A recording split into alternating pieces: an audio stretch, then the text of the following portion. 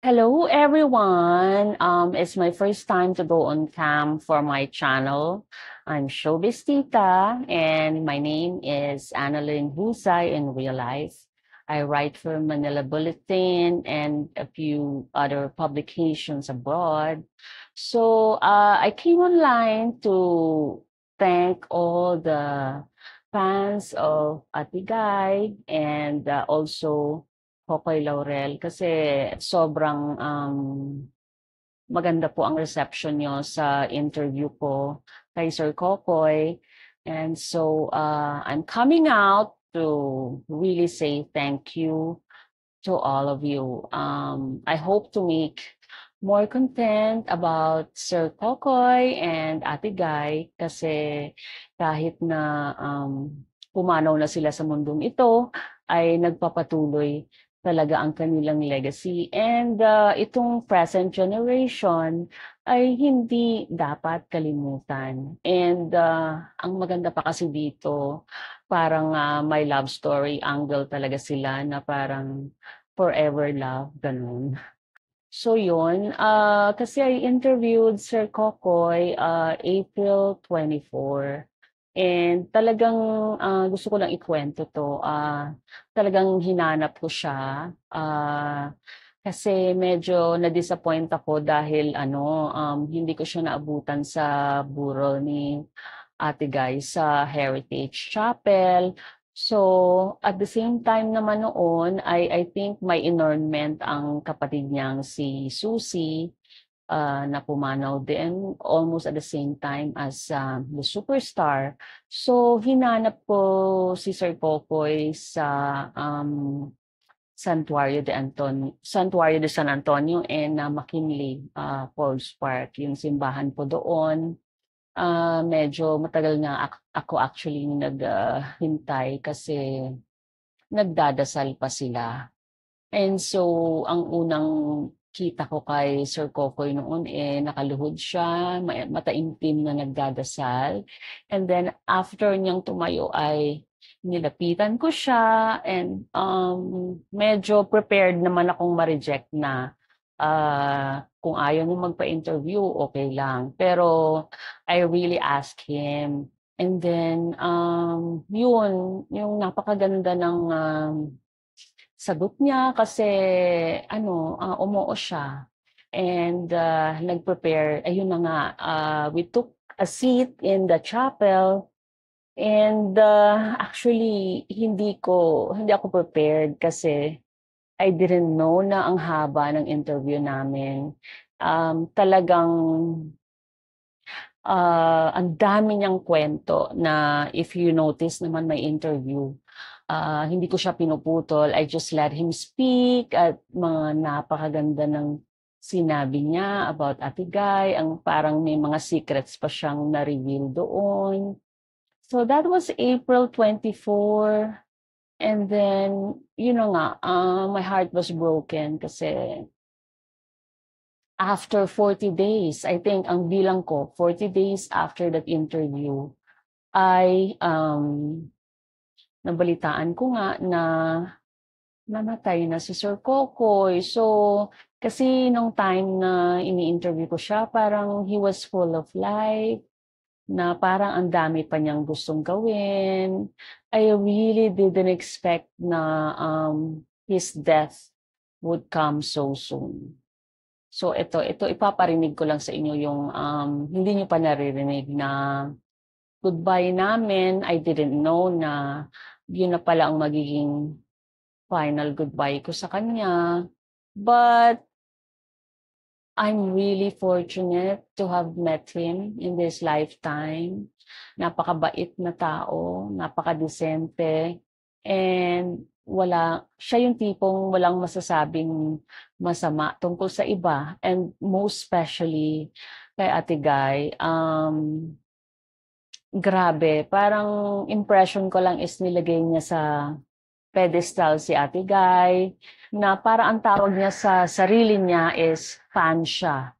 He's the biggest fan, the number one fan of our superstar, Nora Honor. Who is who has how can you deny it even that my life has been so dramatically different after that. Diba? Alright.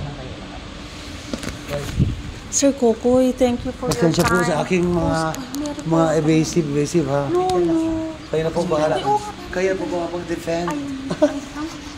Kayo na po ang bahala mag-defend sa akin. No. Mahiya ako. Kasi po, I will be in touch with I have to you. tell you the truth. I'm very shy of our interviews nowadays. Because of the way I'm looking already.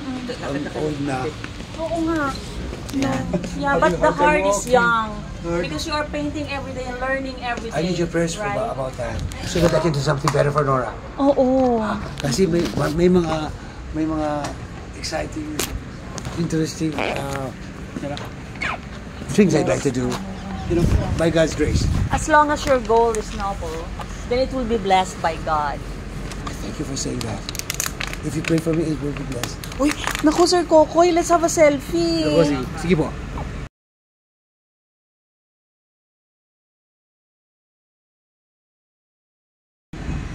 Thank you so much. You've been generous. You've been patient. Nora was really generous also. Oh, very. That's the truth. That's the truth. Thank you for being so patient. My name is Annalyn, so I will send Steve the... Thank you for my interview. I thought you made me feel so important. Attention na, Steve. Napasabi siya ng marami. Oo. Pasensya na sa mga sinabi ko. Pasensya na. Pasensya na sa mga sagot ko. Kasi nandun ang buong Walang Pasensya po. Saan? Sa bahay? Are you hungry? Please eat. Kaya na po bahala mo. Salamat. Sige. Thank you. Annalyn.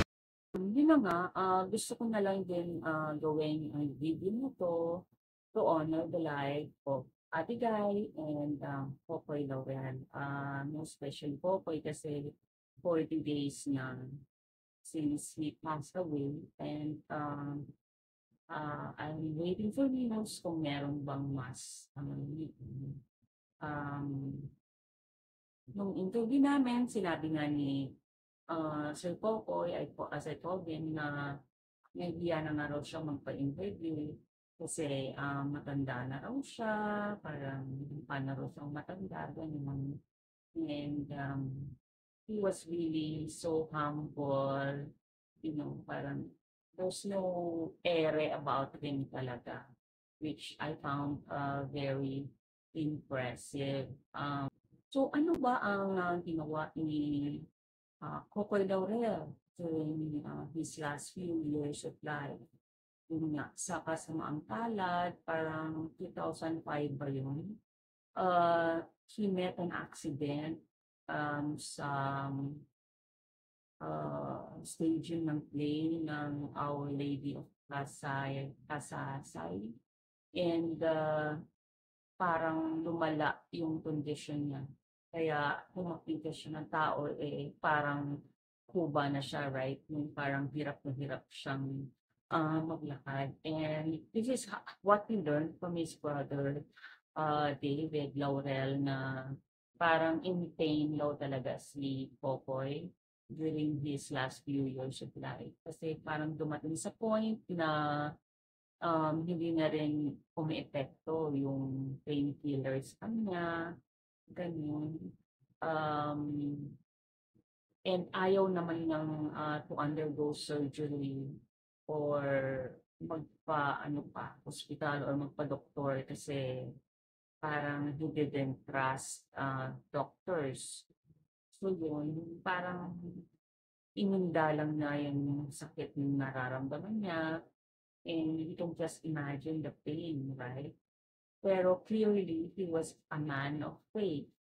And yun nga, sabi ng kapatid na the remainder of his life, talagang dinivote niya through worship, na very active siya sa church. He was singing in the, yung choir nung favorite church niya, yung Santuario de San Antonio. And then Kokoy was also a silent philanthropist. Marami siyang natulungan na mga mahihirap, yung gano'n, kahit hindi siya politiko, What a great loss to all of us.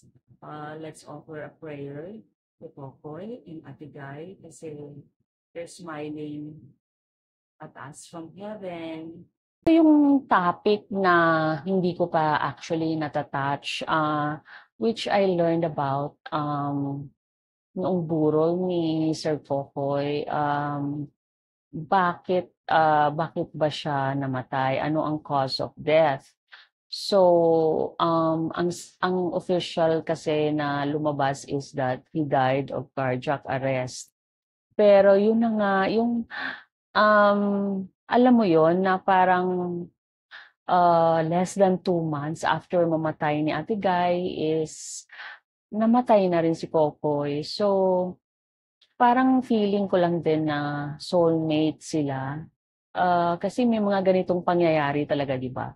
Even sa ordinaryong buhay na halimbawa yung mag-asawa o magkatipan, parang they die within months or weeks of each other. Di ba? Nangyayari talaga to. So, iniisip ko tuloy na baka nga mag-soulmate sila. Tapos nag-research ako na meron palang ganon. Ang tawag doon ay broken heart syndrome. It seems like something out of a Shakespearean tragedy. As it turns out, broken heart syndrome, also called stress-induced cardiomyopathy or Takotsubo syndrome, is a real condition, heart condition. Often, it is emotional stress caused by a painful breakup or the death of a loved one.